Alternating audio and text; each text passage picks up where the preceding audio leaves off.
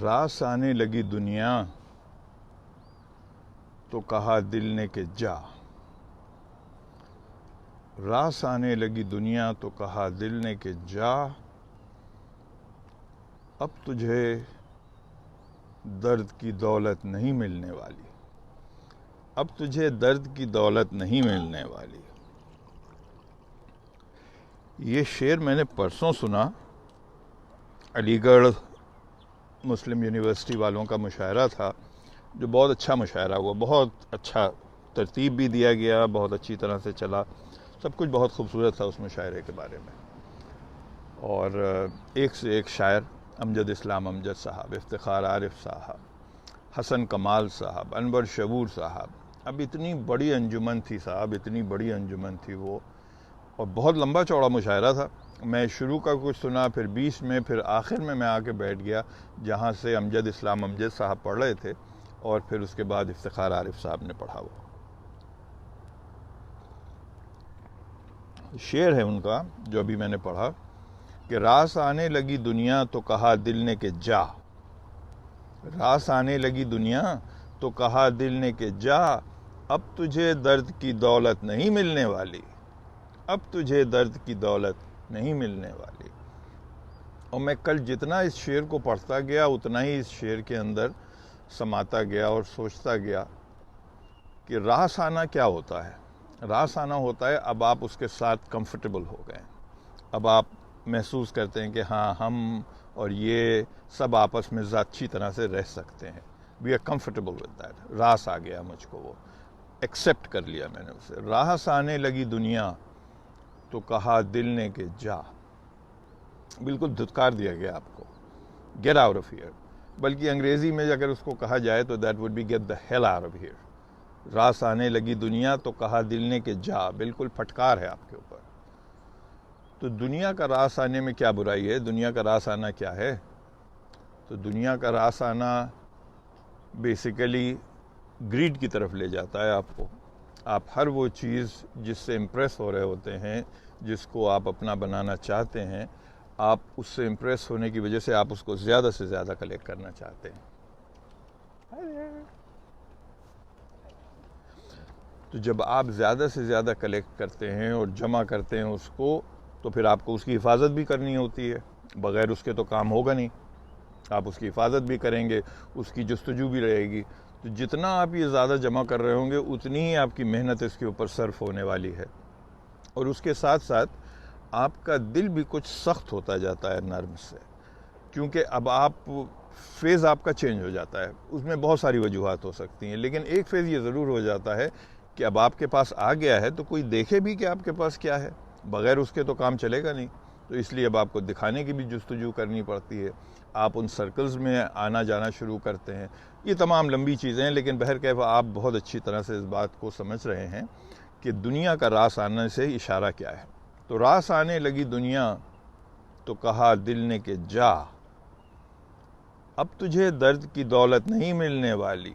وہ دولت جو میں نے جمع کی ہے تیرے لیے، وہ دولت جس کے اندر نرمی ہے، وہ جس کے اندر گداز ہے، وہ جو ایک دوسرے سے جوڑے رکھتی ہے، وہ دولت اب تیری گئی، یو آر ڈن، یہ تم اس قابل ہی نہیں رہے۔ راس آنے لگی دنیا تو کہا دل نے کہ جا، اب تجھے درد کی دولت نہیں ملنے والی۔ میں نے سوچا کہ یہ موم بتی ہوتی ہے اور یہ موم کی بنی ہوئی ہوتی ہے، اور اگر آپ اس کو ہاتھ سے یوں کر کے ماریں تو آپ کو چوٹ لگنے کا اندیشہ زیادہ ہے۔ موم بتی اگر ذرا سی موٹی ہوئی تو آپ کے ہاتھ پہ فرق کچھ نہیں پڑ، آپ کے موم بتی پہ کوئی فرق نہیں پڑے گا، آپ کے ہاتھ پہ فرق پڑ جائے گا آپ کا۔ تو یہ وہ سخت موم ہے، لیکن جب اسی کے اوپر ایک لو جلنے لگتی ہے تو یہ جس عاجزی کی طرح پگھلتی ہے اور نرم ہو جاتی ہے، اس کے بعد آپ اس کو کسی بھی سانچے میں ڈھال سکتے ہیں۔ تو جو دل کا غم ہے وہ بیسیکلی اسی لو کی طرح ہے جو آپ کے اندر کے موم کو سختی سے پگھلا کے نرم کر دیتا ہے، اور آپ آسانی کے ساتھ اس جگہ ڈھل جاتے ہیں جس کے اندر آپ کوئی بھی شکل اختیار کر سکتے ہیں، مطلب ہر سچویشن کو ہینڈل بھی کر سکتے ہیں۔ تو راس آنے لگی دنیا تو کہا دل نے کہ جا، اب تجھے درد کی دولت نہیں ملنے والی ہے۔ میں شاید اس کو صحیح طرح سے سمجھا نہیں پاؤں، محسوس تھوڑا بہت کر رہا ہوں اس شعر کو، لیکن درد کی دولت بیسیکلی آپ کے اندر کو نرم رکھتی ہے، ملائم رکھتی ہے، اس لیے آپ کسی کے ساتھ مل جاتے ہیں، کوئی بھی شکل اختیار کر لیتے ہیں، ہر سچویشن میں مولڈ ہو جاتے ہیں۔ That's the basic thing. یہ ہے فقیروں کا کمال۔ راس آنے لگی دنیا تو کہا دل نے کہ جا، اب تجھے درد کی دولت نہیں ملنے والی۔ یہ ٹریڈ ضروری ہے، یا تو آپ یہ لے سکتے ہیں یا آپ یہ لے سکتے ہیں۔ یہ نہیں ہو سکتا کہ آپ کے پاس دولت بھی رہے اور دل بھی آپ کا نرم رہے اور آپ کو غم بھی ہو۔ یہ اس میں کوئی نہ کوئی ڈرامہ ہو جائے گا، مشکل ہے، یہ کام نہیں ہو پائے گا۔ دو میں سے ایک چیز اختیار کرنی پڑے گی آپ کو۔ پرسوں نرسوں سے میں نشے میں ہوں اس شعر کے، ہزاروں بار کا سنا ہوا شعر ہے، لیکن کبھی کبھی ایک شعر وہ ایسا وقت ہوتا ہے کہ وہ شعر آپ سے آ کے یوں جڑ جاتا ہے اور پھر آپ کو چھوڑتا نہیں۔ تو میرے خیال سے اس نے کہیں نہ کہیں اپنی ایک جگہ بنا لی کہ راس آنے لگی دنیا تو کہا دل نے کہ جا، لعنت بھیج دی جیسے کسی نے۔ راس آنے لگی دنیا تو کہا دل نے کہ جا۔ مجھے یاد آتا ہے کہ جب آپ اپنے کسی بڑے سے کچھ آرگیومنٹ کرنے لگیں یا ان کی بات کو نہ مانیں تو وہ تھک ہار کے کہتے ہیں جا بھائی، تو جو کرنا ہے تو کر، اس کے علاوہ تیرا کوئی چارہ نہیں۔ تو وہ میں آپ کو اجازت نہیں دے رہے ہیں، آپ کو کہیں سے کوئی اجازت نہیں دے رہے ہیں، لیکن آپ سے یہ کہہ رہے ہیں کہ بھائی میں تجھے نہیں سمجھا سکتا، I am done, that's what it ہے۔ وہ اس شعر کے اندر مجھ کو وہ لہجہ ملتا ہے کہ راس آنے لگی دنیا تو کہا دل نے کہ جا، اب تجھے درد کی دولت نہیں ملنے والی، اب تجھے درد کی دولت نہیں۔ مجھے بہت پسند ہے افتخار عارف صاحب، بہت پسند ہیں، بے انتہا عمدہ شاعر ہیں، بے انتہا عمدہ شاعر ہیں۔ وہ کچھ لوگ جن کو قدرت نے الفاظ کو برتنے کا سلیقہ دیا ہے یا ان کے پاس اس کا ملکہ ہے، تو وہ جو ہیں وہ الفاظ کو، یہ الگ الگ جو موتی ہوتے ہیں، ان کو پرو کے جب کچھ بناتے ہیں تو وہ ایک خوبصورت زیور ہوتا ہے، خوبصورت ہوتا ہے۔ مارننگ۔ یہ میں پاتا ہوں افتخار عارف صاحب کے کلام میں کہ ان کے پاس وہ اتنے خوبصورت جوہری ہیں کہ وہ الفاظ کو ادھر سے ادھر سے لے کے، جو خود پیارے الفاظ ہوتے ہیں لیکن وہ بکھرے ہوئے ہوتے ہیں سارے، اور اس کے بعد جب ان کو جمع وہ کرتے ہیں تو صاحب خوبصورت مصرعے بنتے ہیں۔ اب دیکھیے ان کا یہ شعر: شکم کی آگ لیے پھر رہے ہیں شہر بشہر۔ شکم کہتے ہیں پیٹ کو، پیٹ کی آگ یعنی کہ کام، پیسہ، ضروریات۔ شکم کی آگ لیے پھر رہے ہیں شہر بشہر، سگے زمانہ ہیں ہم کیا، ہماری ہجرت کیا۔ سگے زمانہ ہیں ہم کیا، ہماری ہجرت کیا۔ سگ کہتے ہیں کتے کو، تو وہ کتا جو آوارہ پھرتا رہتا ہے، بالکل وہ صورت ہو گئی ہے ہماری تو۔ کبھی یہاں کھانے کے لیے چلے گئے، کبھی وہاں کھانا ہوگا اس کی امید پہ چلے گئے، اسکیونجر۔ سگے زمانہ ہیں ہم کیا، ہماری ہجرت کیا۔ واہ! ایک اور شعر ان کا، جب وہ گھر سے دور والا جو اشعار ہوتے ہیں اس کے اندر، کیونکہ ان کی بھی زندگی میں بہت تبدیلیاں آتی رہیں، کبھی اس شہر، کبھی اس شہر، کبھی کسی سرکار اور گورنمنٹ سے کچھ خطرہ ہو گیا یا اس نے آپ کو کہیں جانے پہ مجبور کر دیا، ایگزائل اور یہ تمام چیزیں۔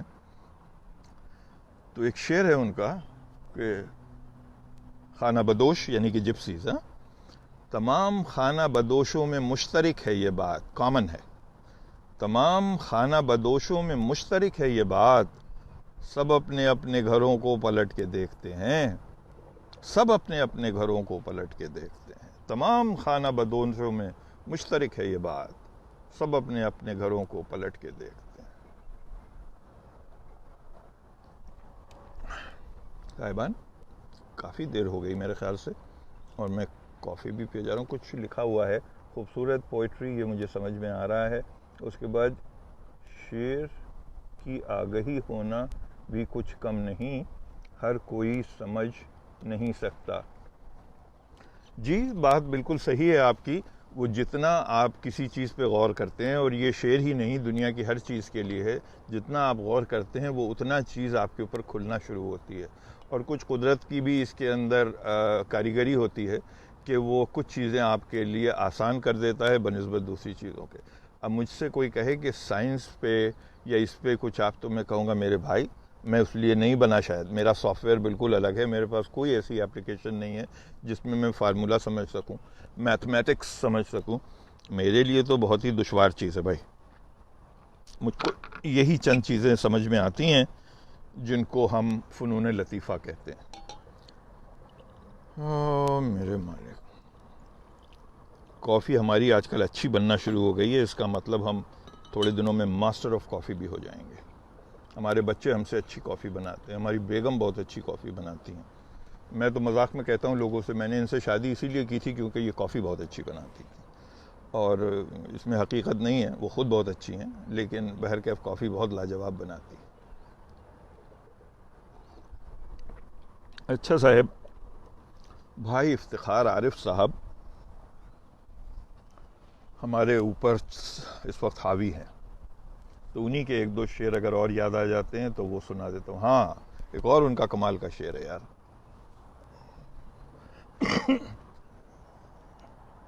یہ غزل ہی بہت اچھی ہے، لیکن اس کا ایک آدھ شعر مجھے اس وقت یاد ہے تو وہ میں سنا دیتا ہوں.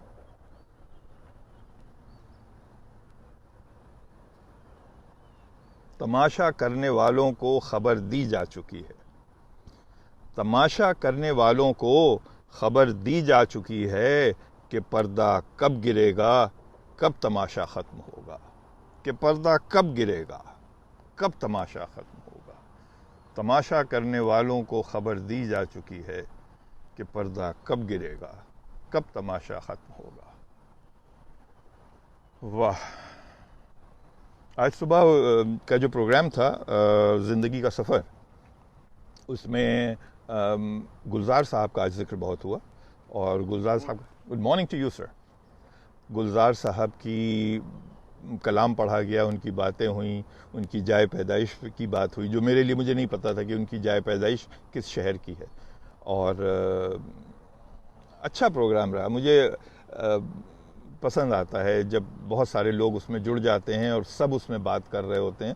آج ہمیں شعیب صاحب ہمارے پاس تھے چائنا سے، وہ کبھی کبھی آپ آتے ہیں، اور چائنا میں کیونکہ انٹرنیٹ پہ پابندی ہے، فیس بک اور یہ تمام چیزوں پہ، تو کہیں نہ کہیں سے ترکیب لگا کے اور کچھ داؤں پیچ کر کے پہنچ جاتے ہیں صاحب.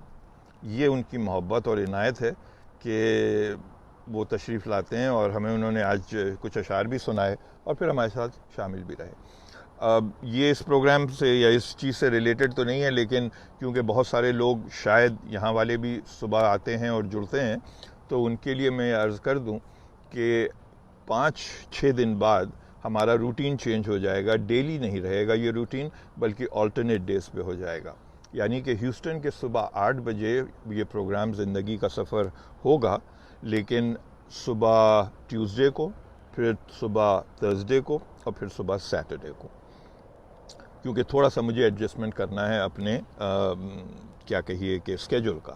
اور اس کے ساتھ ساتھ یہ بھی ہے کہ اتوار کو کیونکہ ہمارا ایک ویکلی پروگرام اردو کا ہوتا ہی ہے، تو اس وجہ سے ذرا سا میرے اوپر کچھ پریشر ہو رہا ہے کہ میں اتنے سارے پروگرام ایک ساتھ نہیں کر پاؤں گا. تو ابھی اگلے 5 دن تو میں ڈیلی کروں گا، لیکن پہلے سے اطلاع عرض کر رہا ہوں آپ سے کہ 5 days from today، آج کیا ڈیٹ ہے؟ آج 19 ہے. تو 20، 21، 22، 23، 24 تاریخ تک انشاءاللہ یہ ڈیلی چلے گا پروگرام، اور 25 تاریخ سے ہم اس کو اسی اسکیجول پہ کر دیں گے. That would be Tuesday, Thursday and Saturday 8 AM Houston time. Hindustan کے لیے 9:30 بج رہے ہوتے ہیں رات کے لیے، پاکستان کے لیے 9 بج رہے ہوتے ہیں، اور باقی دنیا میں چائنا میں اس وقت رات کے 9:30 بج رہے ہوتے ہیں. ہم سے 13 گھنٹے کا ڈیفرنس ہے ان کا، جیسے ہم کو آج پتہ چلا صبح. تو دیٹ واز اٹ. اب صاحب میری کافی جو ہے وہ ٹھنڈی ہو رہی ہے، میں اس کو زیادہ دیر اگنور نہیں کر سکتا، اور اس شعر کے اوپر میں بات کو ختم کر دیتا ہوں. یہ شعر میں نے صبح کی محفل میں بھی پڑھا تھا، لیکن مشتاق احمد صاحب کا شعر ہے، اور بلا کا شعر ہے. بلا کا شعر ہے کہ خواب میں جو کچھ دیکھ رہا ہوں اس کو دکھانا مشکل ہے. خواب میں جو کچھ دیکھ رہا ہوں اس کو دکھانا مشکل ہے. آئینے میں پھول کھلا ہے ہاتھ لگانا مشکل ہے. آئینے میں پھول کھلا ہے ہاتھ لگانا مشکل ہے. کہ خواب کی کتنی بہترین عکاسی ہے. یہ جو ایک چیز تصویر آپ کے سامنے آ رہی ہے یہ بالکل اسی طرح ہے جیسے کوئی شیشے کے اندر عکس ہو. آپ دیکھ سکتے ہیں، نہ اس تک پہنچ سکتے ہیں، نہ اس کو ہاتھ لگا سکتے ہیں، اور 1 منٹ میں آنکھ کھلتے ہی چھو منتر غائب. کیا کمال کی چیز ہے خواب بھی. زندگی خواب کیوں دکھاتی ہے. ٹھیک ہے صاحبان، بہت بہت شکریہ. آپ لوگ کچھ لوگ شامل رہے، دیکھا، خوبصورت. یہ علیزہ سردار نے لکھا ہے بیوٹیفل، یعنی کہ خوبصورت. اشعار کے لیے لکھا ہے اور بالکل صحیح لکھا ہے کہ اشعار بہت خوبصورت تھے. شاعر سارے شاعروں کے بہت اچھے تھے. تو حضور آپ لوگ اگر موقع ملا کرے تو صبح تشریف لایا کریں ہمارے پروگرام میں زندگی کا سفر، اور اس میں شامل ہوا کریں ایک گیسٹ کی حیثیت سے. اور اس میں شاعری ہو تو شاعری سنائیں، کچھ اور مسئلے پہ بات کرنا چاہتے ہیں تو وہ کریں.